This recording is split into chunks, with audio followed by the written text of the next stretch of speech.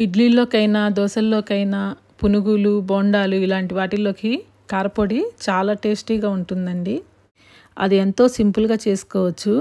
ముందుగా కొన్ని గుంటూరు మిరపకాయలు, కొన్ని బళ్ళారికాయలు, కొద్దిగా నెయ్యి వేసి సిమ్లో మిరపకాయల్ని ఇలా వేయించుకోవాలి. మిరపకాయలు బాగా వేగిన తర్వాత ఒక ప్లేట్లో తీసేసుకొని అదే బాండీలో 1 కప్పు మినపప్పుని దోరగా వేయించుకోవాలి. 1 కప్పు మినపప్పుకి 2 కప్పులు ధనియాలని కొద్దిగా నెయ్యి వేసి వేయించుకోవాలండి. దేనికి అవి విడివిడిగా వేయించుకుంటే టేస్ట్ చాలా బాగుంటుంది.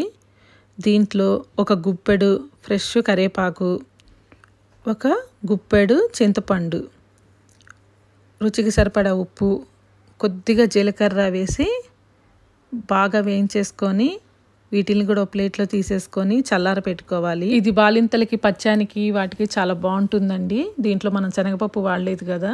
ఇవన్నీ బాగా చల్లారిపోయిన తర్వాత మిక్సీలో వేసేసుకోవడమేనండి.